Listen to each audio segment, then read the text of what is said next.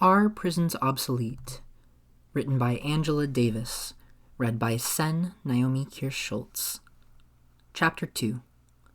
Slavery, Civil Rights, and Abolitionist Perspectives Towards Prison. Quote, advocates of incarceration hoped that the penitentiary would rehabilitate its inmates, whereas philosophers perceived a ceaseless state of war between chattel slaves and their masters. Criminologists hoped to negotiate a peace treaty of sorts within the prison walls. Yet herein lurked a paradox. If the penitentiary's internal regime resembled that of the plantation so closely that the two were often loosely equated, how could the prison possibly function to rehabilitate criminals? Unquote. Adam J. Hirsch. The prison is not the only institution that has posed complex challenges to the people who have lived with it and have become so inured to its presence that they could not conceive of society without it. Within the history of the United States, the system of slavery immediately comes to mind.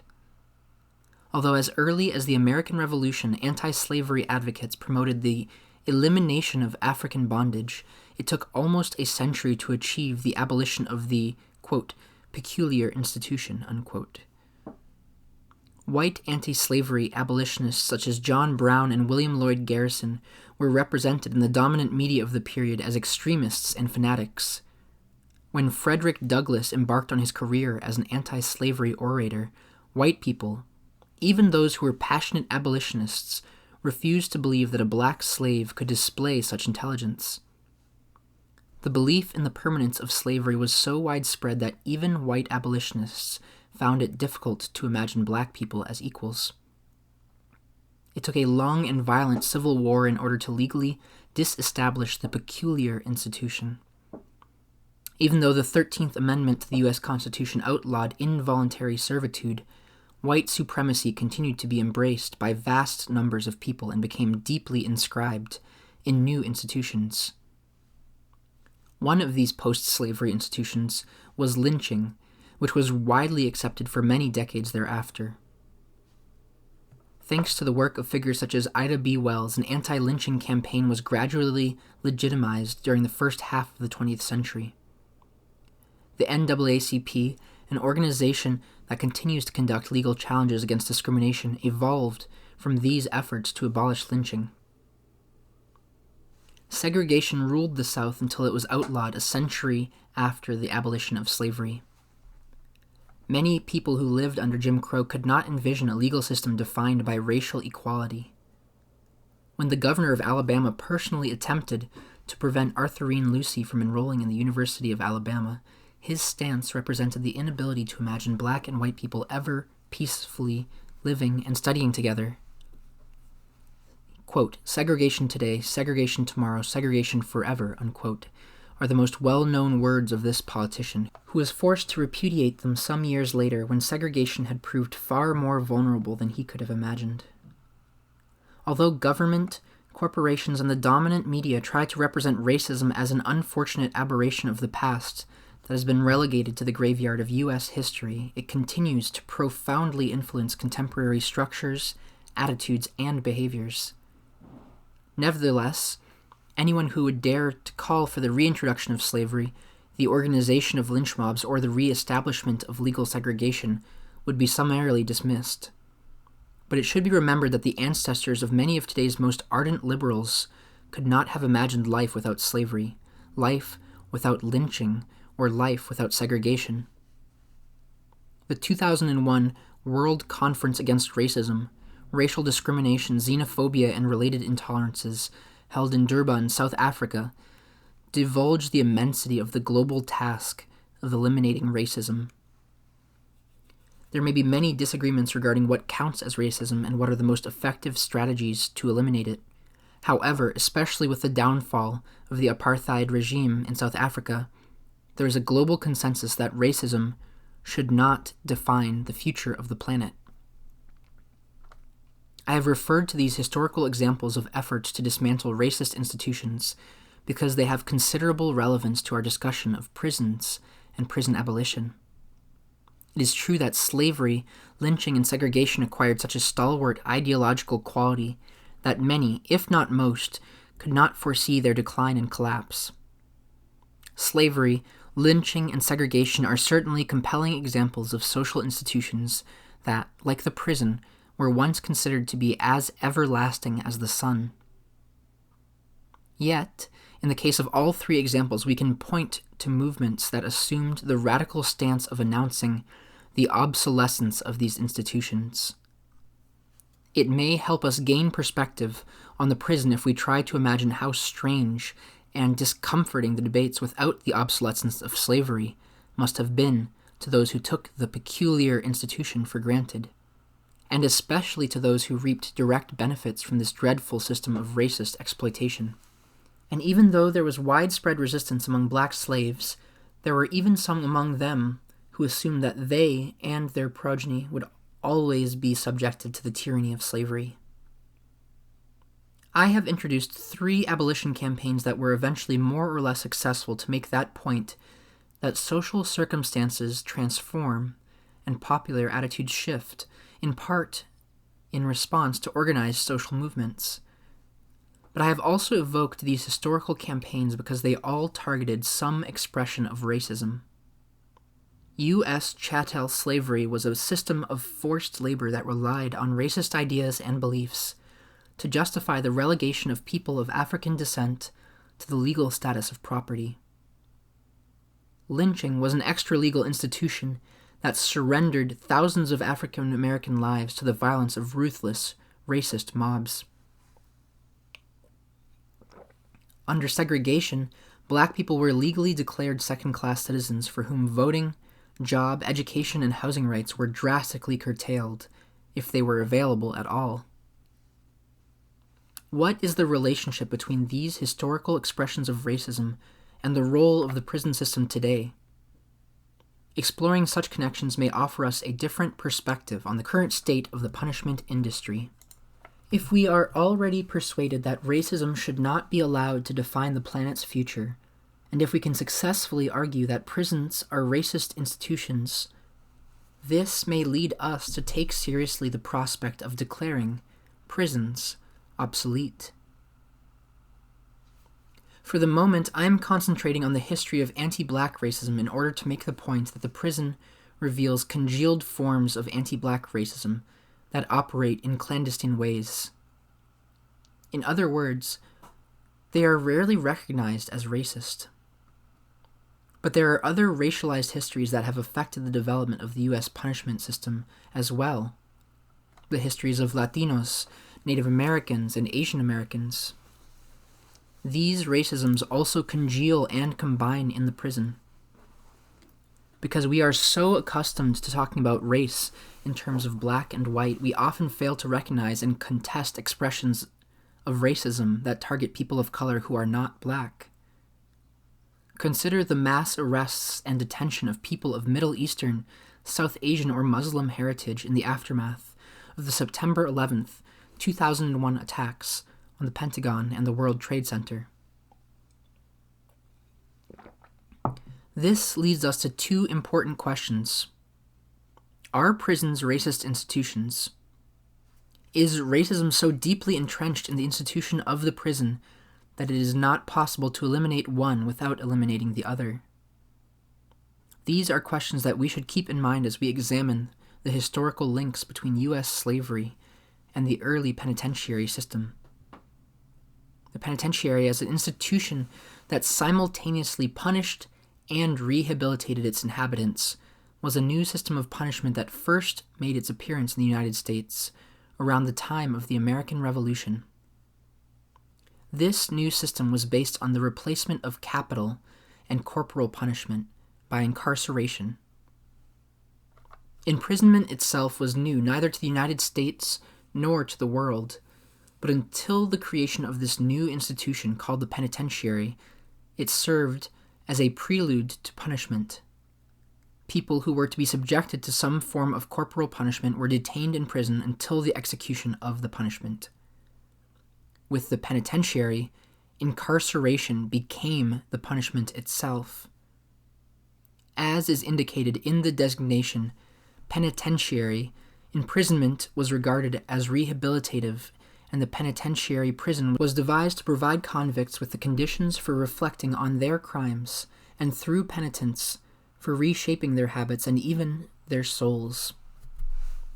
Although some anti-slavery advocates spoke out against this new system of punishment during the Revolutionary period, the penitentiary was generally viewed as a progressive reform, linked to the larger campaign for the rights of citizens. In many ways, the penitentiary was a vast improvement over the many forms of capital and corporal punishment inherited from the English. However, the contention that prisoners would refashion themselves if only given the opportunity to reflect and labor in solitude and silence disregarded the impact of authoritarian regimes of living and work.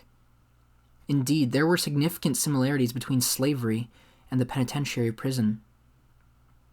Historian Adam J. Hirsch has pointed out, quote, "One may perceive in the penitentiary many reflections of chattel slavery as it was practiced in the South.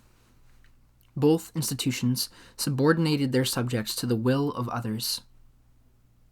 Like Southern slaves, prison inmates followed a daily routine specified by their superiors. Both institutions reduced their subjects to dependence on others for the supply of basic human services such as food and shelter. Both isolated their subjects from the general population by confining them to a fixed habitat.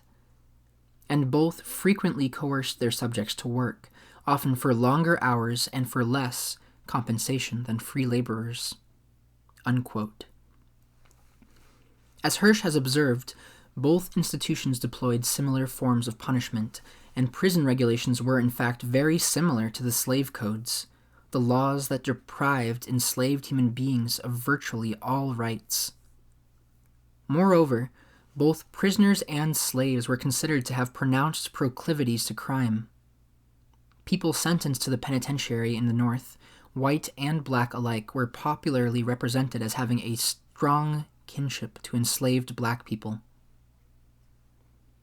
The ideologies governing slavery and those governing punishment were profoundly linked during the earliest period of U.S. history. While free people could be legally sentenced to punishment by hard labor, such a sentence would in no way change the conditions of existence already experienced by slaves. Thus, as Hirsch further reveals, Thomas Jefferson, who supported the sentencing of convicted people to hard labor on road and water projects, also pointed out that he would exclude slaves from this sort of punishment. Since slaves already performed hard labor, sentencing them to penal labor would not mark a difference in their condition. Jefferson suggested banishment to other countries instead. Particularly in the United States, race has always played a central role in constructing presumptions of criminality.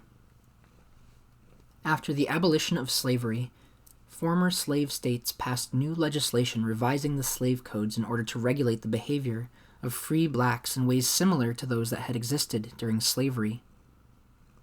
The new black codes prescribed a range of actions, such as vagrancy, absence from work, breach of job contracts, the possession of firearms, and insulting gestures or acts that were criminalized only when the person charged was black. With the passage of the 13th Amendment to the Constitution, slavery and involuntary servitude were putatively abolished. However, there was a significant exception. In the wording of the amendment, slavery and involuntary servitude were abolished, quote, "except as a punishment for crime whereof the party shall have been duly convicted," unquote. According to the black codes, there were crimes defined by state law for which only black people could be duly convicted. Thus, former slaves who had recently been extricated from a condition of hard labor for life could be legally sentenced to penal servitude. In the immediate aftermath of slavery, the Southern states hastened to develop a criminal justice system that could legally restrict the possibilities of freedom for newly released slaves. Black people became the prime targets of a developing convict lease system referred to by many as a reincarnation of slavery. The Mississippi Black Codes, for example, declared vagrant, quote, anyone who was guilty of theft, had run away from a job, apparently, was drunk, was wanton in conduct or speech, had neglected job or family, handled money carelessly, and all other idle and disorderly persons. Thus, vagrancy was coded as a black crime, one punishable by incarceration and forced labor, sometimes on the very plantations that had previously thrived on slave labor. Mary Ellen Curtin's study of Alabama prisoners during the decades following emancipation discloses that before the 400,000 black slaves in that state were set free, 99% of prisoners in Alabama's penitentiaries were white. As a consequence of the shifts provoked by the institution of the Black Codes, within a short period of time, the overwhelming majority of Alabama's convicts were black. She further observes, quote, although the vast majority of Alabama's antebellum prisoners were white, the popular perception was that the South's true criminals were its black slaves. During the 1870s, the growing number of black prisoners in the South further buttressed the belief that African Americans were inherently criminal and, in particular, prone to larceny, unquote. In 1883, Frederick Douglass had already written about the South's tendency to, quote, impute crime to color. When a particularly egregious crime was committed, he noted, not only was guilt frequently assigned to a black person regardless of the perpetrator's race, but white men sometimes sought to escape punishment by disguising themselves as black. Douglass would later recount one such incident that took place in Granger County, Tennessee, in which a man who appeared to be black was shot while committing a robbery. The wounded man, however, was discovered to be a respectable white citizen who had colored his face black. The above example from Douglass demonstrates how whiteness, in the words of legal scholar Cheryl Harris, operates as property.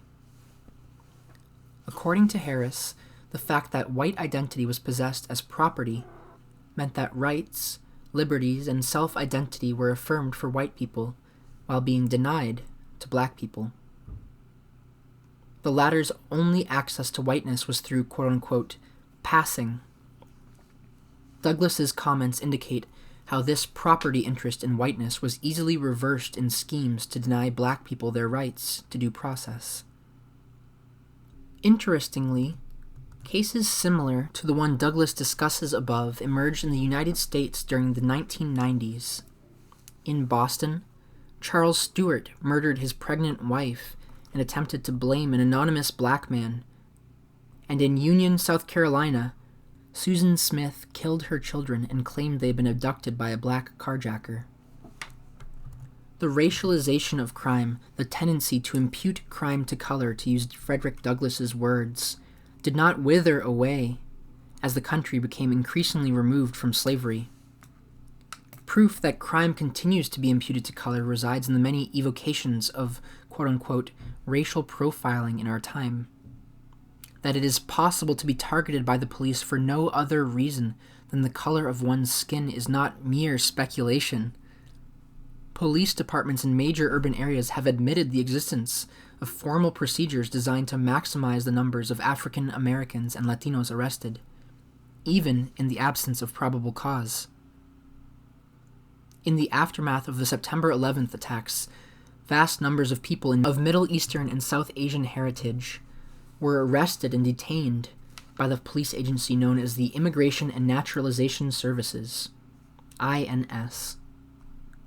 The INS is the federal agency that claims the largest number of armed agents, even more than the FBI.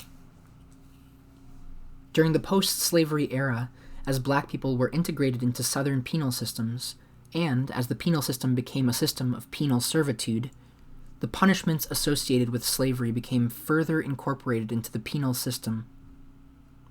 Whipping, as Matthew Mancini has observed, was the preeminent form of punishment under slavery, and the lash, along with the chain, became the very emblem of servitude for slaves and prisoners. As indicated above, black people were imprisoned under the laws assembled in the various black codes of the southern states, which, because they were re-articulations of the slave codes, tended to racialize penality and link it closely with previous regimes of slavery. The expansion of the convict lease system and the county chain gang meant that the antebellum criminal justice system, which focused far more intensely on black people than on whites, defined Southern criminal justice largely as a means of controlling black labor. According to Mancini, among the multifarious debilitating legacies of slavery was the conviction that blacks could only labor in a certain way, the way experience had shown them to have labored in the past, in gangs, subjected to constant supervision and under the discipline of the lash. Since these were the requisites of slavery, and since slaves were blacks, Southern whites almost universally concluded that blacks could not work unless subjected to intense surveillance and discipline.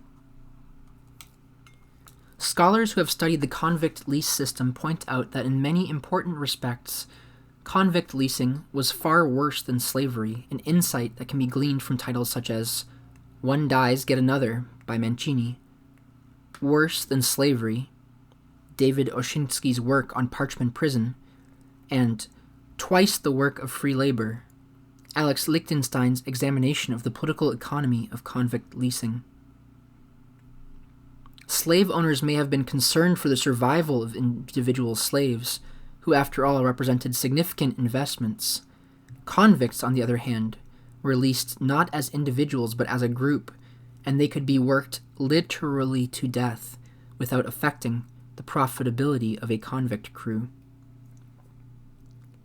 According to descriptions by contemporaries, the conditions under which leased convicts and county chain gangs lived were far worse than those under which black people had lived as slaves.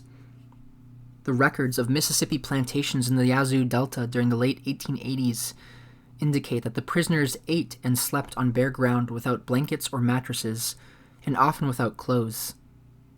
They were punished for slow hoeing, 10 lashes, sorry planting, 5 lashes, and being light with cotton, 5 lashes. Some who attempted to escape were whipped till the blood ran down their legs. Others had a metal spur riveted to their feet.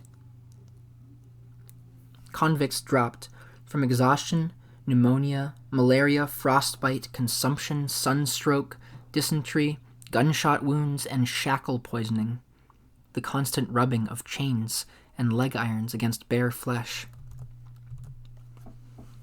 The appalling treatment to which convicts were subjected under the lease system recapitulated and further extended the regimes of slavery.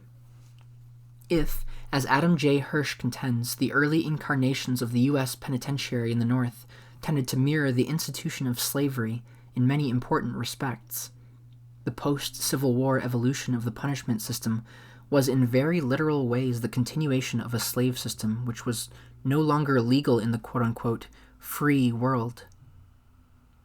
The population of convicts, whose racial composition was dramatically transformed by the abolition of slavery, could be subjected to such intense exploitation and to such horrendous modes of punishment precisely because they continued to be perceived as slaves.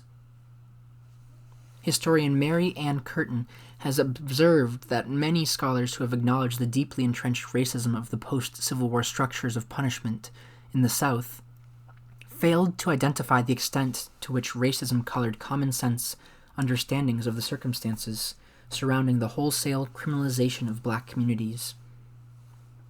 Even anti-racist historians, she contends, do not go far enough in examining the ways in which black people were made into criminals. They point out, and this, she says, is indeed partially true, that in the aftermath of emancipation, large numbers of black people were forced by their new social situation to steal in order to survive. It was the transformation of petty thievery into a felony that relegated substantial numbers of black people to the involuntary servitude legalized by the 13th Amendment. What Curtin suggests is that these charges of theft were frequently fabricated outright. They, quote, also served as subterfuge for political revenge.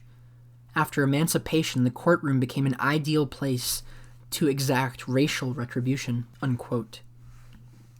In this sense, the work of the criminal justice system was intimately related to the extralegal work of lynching. Alex Lichtenstein, whose study focuses on the role of the convict lease system in forging a new labor force for the South, identifies the lease system, along with the new Jim Crow laws, as the central institution in the development of a racial state. Quote, New South capitalists in Georgia and elsewhere were able to use the state to recruit and discipline a convict labor force, and thus were able to develop their state's resources without creating a wage labor force and without undermining planters' control of black labor. In fact, quite the opposite. The penal system could be used as a powerful sanction against rural blacks who challenged the racial order upon which agricultural labor control often relied. Unquote. Lichtenstein discloses, for example, the extent to which the building of Georgia railroads during the 19th century relied on black convict labor.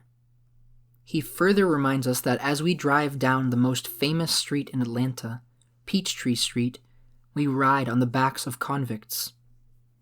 The renowned Peachtree Street and the rest of Atlanta's well-paved roads and modern transportation infrastructure, which helped cement its place as the commercial hub of the modern South, were originally laid by convicts. Lichtenstein's major argument is that the convict lease was not an irrational regression. It was not, primarily, a throwback to pre-capitalist modes of production. Rather, it was a most efficient and most rational deployment of racist strategies to swiftly achieve industrialization in the South. In this sense, he argues, convict labor was in many ways in the vanguard of the region's first tentative and ambivalent steps towards modernity.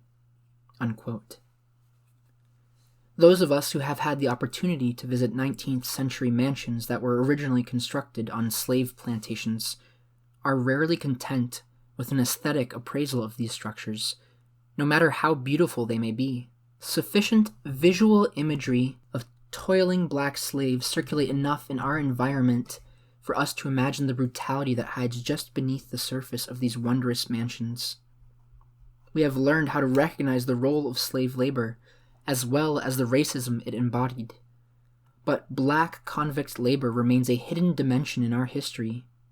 It is extremely unsettling to think of modern, industrialized urban areas as having been originally produced under the racist labor conditions of penal servitude that are often described by historians as even worse than slavery. I grew up in the city of Birmingham, Alabama, because of its mines, coal and iron ore, and its steel mills that remained active until the de-industrialization process of the 1980s. It was widely known as the Pittsburgh of the South. The fathers of many of my friends worked in these mines and mills. It is only recently that I have learned that the black miners and steelworkers I knew during my childhood inherited their place in Birmingham's industrial development from black convicts forced to do this work under the lease system. As Curtin observes, quote, many ex-prisoners became miners because Alabama used prison labor extensively in its coal mines.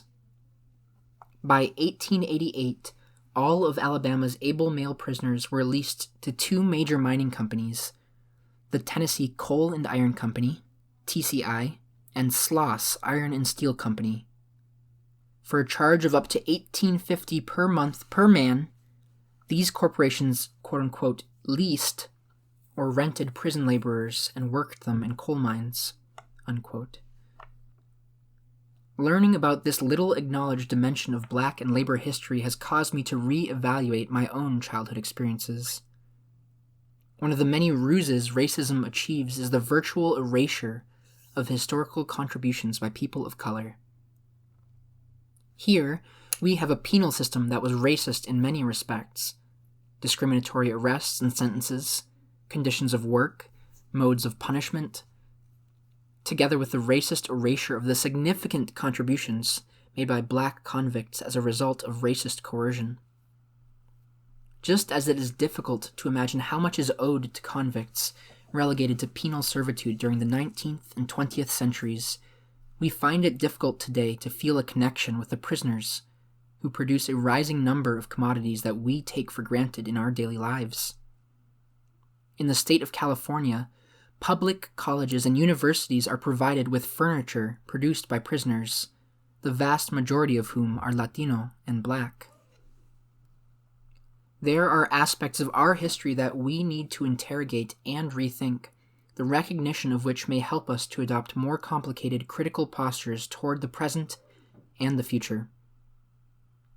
I have focused on the work of a few scholars whose work urges us to raise questions about the past, present, and future.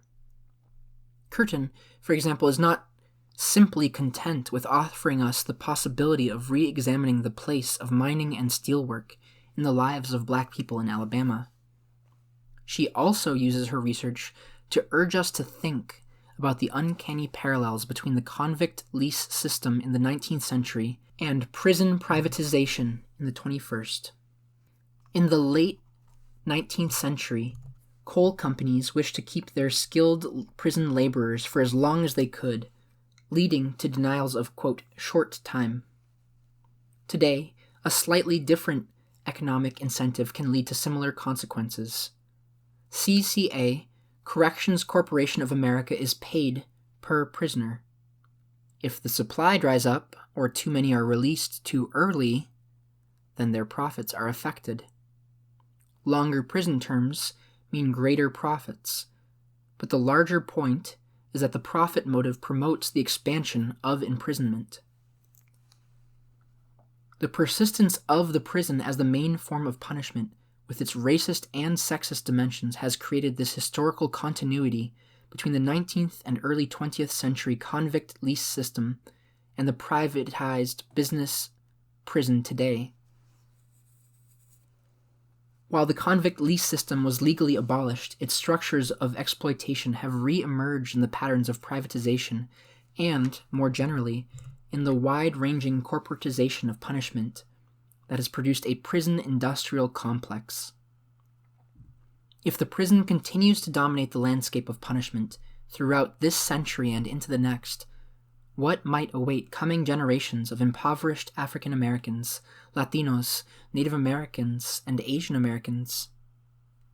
Given the parallels between the prison and slavery, a productive exercise might consist in speculating about what the present might look like if slavery, or its successor, the convict lease system, had not been abolished. To be sure, I am not suggesting that the abolition of slavery or the lease system has produced an era of equality and justice. On the contrary, racism surreptitiously defines social and economic structures in ways that are difficult to identify and thus are much more damaging. In some states, for example, more than 1/3 of Black men have been labeled felons. In Alabama and Florida, once a felon, always a felon, which entails loss of status as a rights-bearing citizen. One of the grave consequences of the powerful reach of the prison was the 2000 selection of George W. Bush as president. If only the Black men and women denied the right to vote because of an actual or presumed felony record had been allowed to cast their ballots, Bush would not be in the White House today, and perhaps we would not be dealing with the awful costs of the war on terrorism declared during the first year of his administration. If not for his election, the people of Iraq might not have suffered death, destruction, and environmental poisoning by U.S. military forces. As appalling as the current political situation may be, imagine what our lives might have become if we were still grappling with the institution of slavery, or the convict lease system, or racial segregation. But we do not have to speculate about living with the consequences of the prison. There is more than enough evidence in the lives of men and women who have been claimed by ever more repressive institutions, and who are denied access to their families, their communities, to educational opportunities, to productive and creative work, to physical and mental recreation. And there is even more compelling evidence about the damage wrought by the expansion of the prison system in the schools located in poor communities of color that replicate the structures and regimes of the prison. When children attend schools that place a greater value on discipline and security than on knowledge and intellectual development, they are attending prep schools for prison. If this is the predicament we face today, what might the future hold if the prison system acquires an even greater presence in our society? In the 19th century, anti-slavery activists insisted that as long as slavery continued, the future of democracy was bleak indeed. In the 21st century, anti-prison activists insist that a fundamental requirement for the revitalization of democracy is the long overdue abolition of the prison system. This has been Chapter 2 of Are Prisons Obsolete? Written by Angela Davis, read by Naomi Kirst-Schultz. Thanks for reading along.